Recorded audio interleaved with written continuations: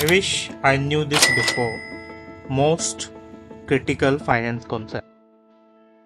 तो last video में हम सर्विसेज डिस्कस कर रहे थे कि आईएएस या आईपीएस या आईएफएस के अलावा कौन सी सर्विसेज होती हैं यूपीएससी में जो और भी बेस्ट है हर चीज़ में।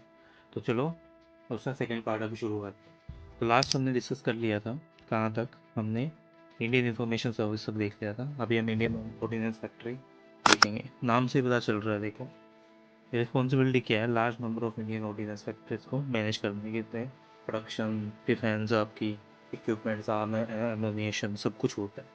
तो वो जो बंदूकों की फैक्ट्रीज होती हैं, हथियार बनते हैं, उन सारी चीज़ों को मैनेज करते हैं। मिनिस्ट्री ऑफ डिफेंस में आती है। कैंडिडेट रिक्रूट होते हैं अंडर द कैडर, बेसिकली आपकी national academy of defence production जो नागपुर में है वहाँ पे होती है, 1 से 1 साल 3 महीने। अब नेक्स्ट होती है Indian communication and finance service. ये क्या होती है, देखो आपकी Indian post and telecommunication जो उसको इंडियन कम्युनिकेशन फाइनेंस सर्विस बना दी है। कैंडिडेट रिक्रूट होते हैं इस कैडर में, बेसिकली आपकी national institute of finance management के थ्रू जो आपकी फरीदाबाद में लोकेटेड है। और जो प्राइम ऑब्जेक्टिव होता है इस कैडर का, आपको प्रोवाइड करना account and financial services Indian post and telecommunication department को। ये सारी चीज़ें इसमें आती है। नेक्स्ट आती है इंडियन पोस्टल सर्विस जो आपकी ग्रुप पे सर्विस होती है। कैंडिडेट रिक्रूट होते हैं इसमें, जो आपकी ट्रेनिंग होती है ये गाज़ियाबाद में होती है। और IPOS ऑफिसर्स रिक्रूट होते हैं हाई ग्रेड ऑफिसर्स की तरह ट्रेनिंग पोस्ट में, सुपरिटेंडेंट लेवल पे, जो सर्विसेज रिस्पॉन्सिबल होती है रनिंग करने के लिए इंडिया पोस्ट। सर्विस रिस्पॉन्सिबल है डाइवर्स सर्विस ऑफर्स के लिए इंडिया पोस्ट के तहत, रजिस्टर पोस्ट सर्विस है, बैंकिंग है, ई कॉमर्स सर्विस है, ओल्ड पेंशन स्कीम है, मनरेगा वेजेस है, सारी चीज़ें। और ये बेसिकली आपकी इसमें और इसमें डिफरेंस क्या होता है, ये देखो सारी चीज़ों को देती है। अकाउंटिंग फाइनेंशियल तो Indian post and telecommunication department का भी पोस्टल देते हैं। अब इंडियन रेलवे अकाउंट्स के नाम से पता चल रहा है रेलवे अकाउंट्स, तो वो रिस्पॉन्सिबल होते हैं मेंटेन और मैनेज करने के लिए finance and accounts of Indian railway. Recruitment के बाद जो प्रोबेशनर्स होते हैं IARS के, वो एक ट्रेनिंग प्रोग्राम में जाते हैं 2 साल के लिए, जो बेसिकली आपकी national academy of direct taxes में होते हैं नागपुर में। और जो रेलवे स्टाफ कॉलेज है बड़ोदरा है, स्पेशलाइज ट्रेनिंग इंस्टीट्यूट है आपके कंस्ट्रक्शन ऑर्गेनाइजेशन के हिसाब से, वहाँ पे जो मैन्युफैक्चरिंग एस्टिब्लिशमेंट्स हैं इंडियन रेलवे की, जोनल रेलवे की, ये सारी चीज़ें देखी जाती हैं इसमें। अब इंडियन रेलवे पर्सनल सर्विस क्या होती है, नाम से पता चल रहा है बंदों को लगाने वाली सर्विस है। तो जो इनिशियल ट्रेनिंग होती है आपकी लपासना में होती है, इनको बाद में एक ट्रेनिंग मिलती है अलग अलग इंस्टीट्यूट्स में, जिसमें national academy of direct tax हो गया, RCVV नरोदा अकेडमी एडमिनिस्ट्रेशन हो गया, और मारी चन्ना रेड्डी ह्यूमन रिसोर्स डेवलपमेंट हो गया। नेक्स्ट ट्रेनिंग आपकी यहाँ पे वडोदरा में होती है। प्राइम रिस्पॉन्सिबिलिटी होती है ऑफिसर्स की मैनेज करना आपकी human resource of Indian railways, जिससे लोगों को लगाने की रिस्पॉन्सिबिलिटी आपकी। नेक्स्ट है इंडियन रेलवे ट्रैफिक सर्विस। नाम से पता चल रहा है कि आपकी ये क्या है, प्राइम रिस्पॉन्सिबिलिटी रेवेन्यू जनरेशन के लिए इंडियन रेलवे के, और ये ब्रिज की तरह काम करते हैं रेलवे और पब्लिक के बीच में, रेलवेज और कॉर्पोरेट सेक्टर के बीच में। सर्विस मैनेज करती है ऑपरेशन और कमर्शियल विंग्स ऑफ रेलवे, जिसमें आपके अंडरग्राउंड ट्रेनिंग होती है रेलवे स्टाफ कॉलेज वडोदरा में, और आपकी Indian railway institution transformation Lucknow में। अब नेक्स्ट आती है इंडियन रेवेन्यू। कौन नहीं जानता इसको, इनकम टैक्स वाली GST वाली सर्विस आपकी।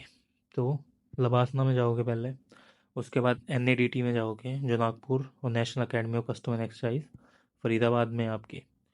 IAS कैडर फंक्शन करते हैं under the ministry of finance, और प्राइमरी ऑब्जेक्टिव होता है इसका कलेक्ट करना डायरेक्ट और इनडायरेक्ट टैक्सेस को। अब इंडियन ट्रेड सर्विस ग्रुप पे सर्विस होती है।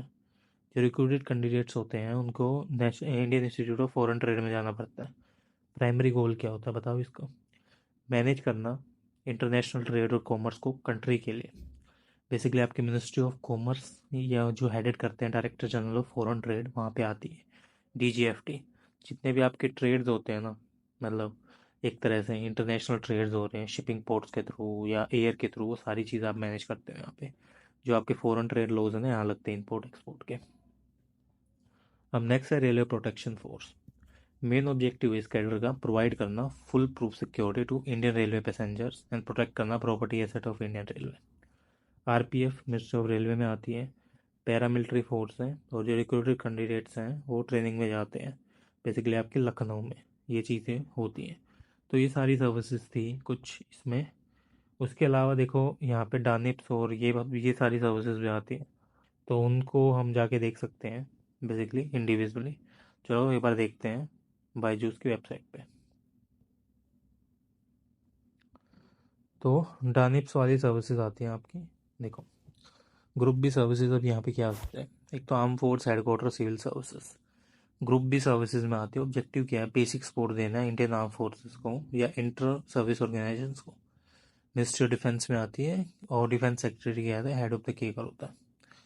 और आपकी एक डानिक्स होती है, एक फीडर सर्विस की तरह काम करती है इंडियन एडमिनिस्ट्रेशन सर्विस की। बेसिकली ये फुल फॉर्म है दिल्ली अंडमान निकोबार सिविल सर्विसेज, जो फंक्शन करती है गवर्नमेंट ऑफ इंडिया में।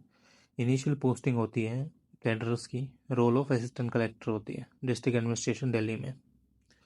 और जो ऑफिसर्स हैं इस कैडर के रिस्पॉन्सिबल होते हैं एडमिनिस्ट्रेशन फंक्शन तो दिल्ली एंड दूसरे यूनियन टेरिटरीज के। अब डानिप्स क्या है, डेनिप्स क्या है आपका एक्रोनियम है एनसीटी ऑफ दिल्ली के लिए। Andaman Nicobar islands, Lakshadweep, Daman and Diu, Nagar Haveli police